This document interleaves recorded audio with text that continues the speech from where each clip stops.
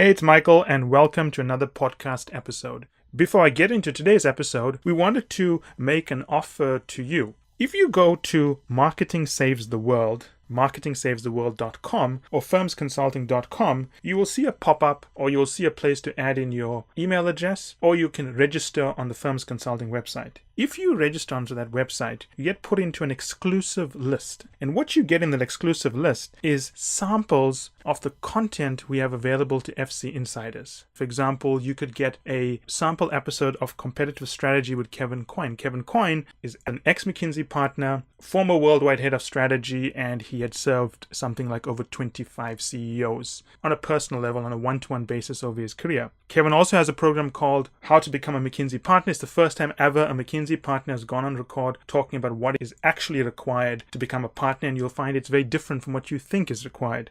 How to Develop Deep Insights, which I've put together, one of our most popular programs, the Electric Car Startup. You will get sample episodes of all of those programs and more if you sign up to this list. So, that said, I hope you enjoyed today's episode. Hello, Tom. How are you today? I'm good, Michael. How are you? I'm excellent. So anyway, let's talk about today's topic, right? Mm-hmm. So, over the next few podcasts, I want to talk about each member or each participant in TCO4, right? Okay. So today, this podcast, we're going to talk about a very interesting participant. Mm-hmm. Dylan, who is a Booth MBA. Okay. A current Booth MBA. Not a past Booth, but someone who's actually now at Booth. Wow. Now, people for a long time asked us to have an MBA in the program in the United States. We've had MBAs from other countries before. Mm-hmm. And Dylan is the answer to their prayers. And Dylan's a very unusual participant, right? In some very specific ways. Mm-hmm. Well, what are your thoughts on Dylan before I continue? I don't know that I have any. I'm just really curious because of how unusual he is. What lessons are viewers going to extract from this? Okay, good. So Dylan's unusual for a couple of reasons. One is obviously a current Booth MBA. It's a pretty big thing, right? People are always trying to figure out who is Dylan. Because we obviously changed the names of TCO4 participants now, but we'll release the real names later. Right. So I'm going to divulge some information, but not all of it, to protect Dylan's actual identity, right? So Dylan is very successful. Mm-hmm. I was actually surprised when I looked at the resume. Here's a person who had risen to a senior position in an international firm, right? Mm-hmm. But they worked in a region that people in New York and Chicago, the powerhouses of American corporate culture, look down on a little bit. Okay. So, the powerhouses, obviously Dallas, San Francisco, Chicago, New York, right? California, LA, and so much. But those four regions, if you don't work in those four regions and you work in some funny place like Poughkeepsie, New Jersey, they kind of look down on you. Yeah. So no matter how successful you were there, they say, oh, you worked here. Let's discount it. So that's the problem Dylan has. Yes. Enormously successful, and people just discount their enormous success. The second thing is most people don't know this, but Dylan comes from one of the most prominent families and hides that very carefully. And people don't know that. Mm-hmm. So you have someone who comes from a prominent family who was very successful in their previous job. They arrive at Booth and people don't know their background and laugh at their previous firm. But Dylan thought that because they were so successful previously, they would be more accepted. What do you think happens here? What do you think happens in a class debate? He's going to be just not talked over. His opinions are going to be discounted, and he's just not going to have the voice that would correspond to what he would actually contribute. Exactly. That's exactly what happens. I mean, basically everything you said, people dismiss ideas.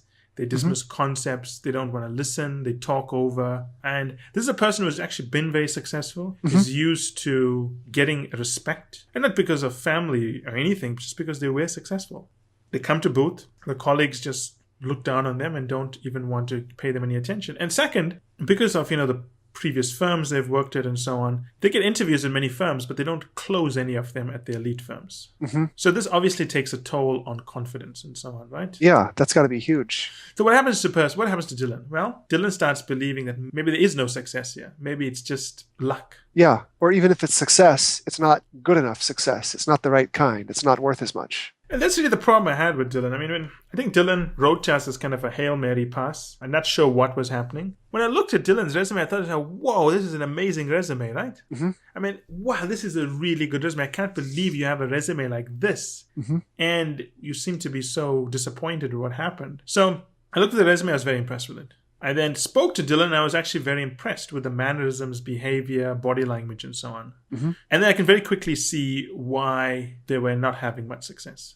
It's primarily a disconnect between understanding how to communicate effectively and second, starting to believe all the negative things. Okay. This is the exact opposite of the overconfidence problem where you begin to believe Yeah, it. exactly. This person is good. Dylan is Mhm. good, has a track record to match it, but doesn't believe they're good.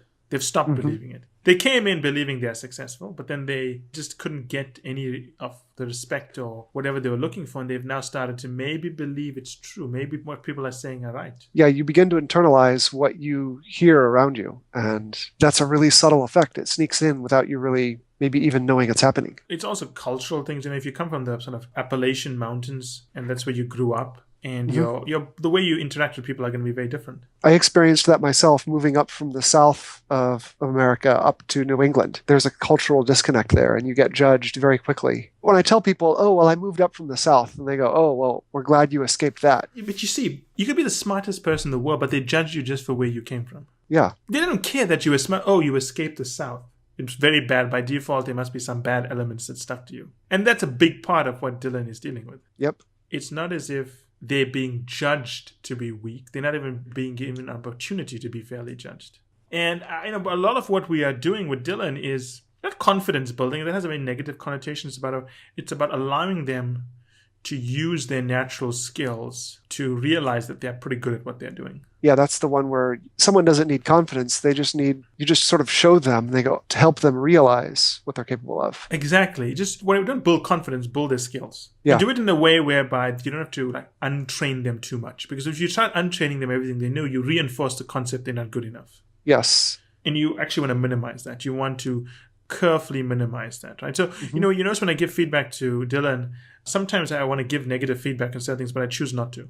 Because I feel too much negative feedback is just going to reinforce what they already believe. Later on, I'll fix something, but I don't have to give it all at once. Yeah. There's this belief that to be a good coach, you have to just give negative feedback. And if you're bad, if you can't take negative feedback, that's nonsense. Some people just don't respond well to negative feedback. You shouldn't give it to them. You got to find a way to guide them and mentor them, right? Yeah. And then body language is a very big part of things, yeah. It's about building up their knowledge in terms of how they come across to other people and guiding them on that. It's just very simple things. Also, if you criticize your whole life, you tend to give one-word answers. Do you realize that? That makes sense because the more you say, the more you're putting out to be attacked or criticized. Yeah, I notice that people who are criticized a lot, they kind of assume that what they're going to say is not important anyway, so they don't give you a big answer. Yeah. It's not because they have nothing to say. They think what they have to say is not important. Mm-hmm. So part of our technique with Dylan is we cannot say everything they're doing makes sense if it doesn't make sense. We cannot say they're doing well when they're not doing well. That would just be bad mentoring. Right. But we can get them to see some of the positives even in things that are not going so well, so they at least can recognize what's going well and focus on that and try to eliminate the bad things. So Susan and Dylan are pretty similar in some ways. Very similar. I mean, obviously different, but they're similar. I feel they lack confidence. They've had difficulties. Obviously, one comes from a wealthy family, one doesn't come from a wealthy family. But beyond that, they're pretty similar. So Dylan's interesting because Dylan is recruiting full-time on cycle, right? Yeah, which that's a whole separate lifestyle almost. It's a whole separate lifestyle. And, the person's doing pretty well. I think managing everything, very disciplined, very focused, showing a lot of progress as well. And these are early days, it's just started us. We're just getting things kicked off. But so far, good progress. But Dylan's the only one who's a student. The rest are all experienced hires in TCO4. So Dylan's the only one who's working towards a deadline. Yeah. The others are not working towards a deadline. They can interview whenever they want to, whenever they have time. So I think that Dylan's going to be interesting to watch because we also have other booth clients in our coaching program, so we can compare, right?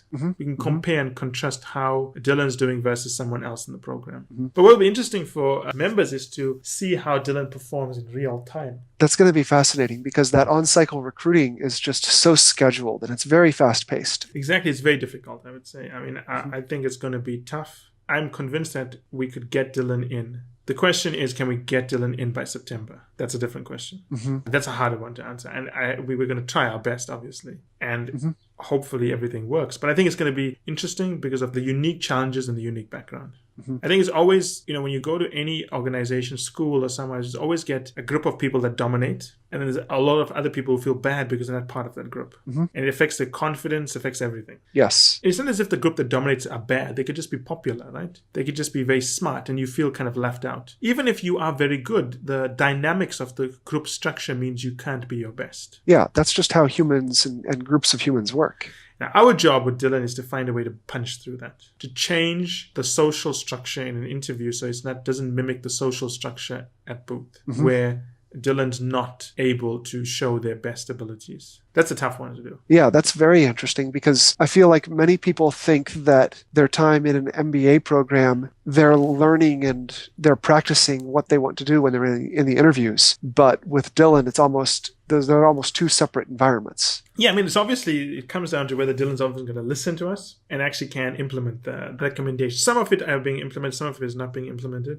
I think overall, Dylan's doing pretty well so far. It's still early days, right? We've got a whole 4 months to go before we see this through. Yes. Any questions, comments, concerns about Dylan? No. Okay, let's wrap up there, right?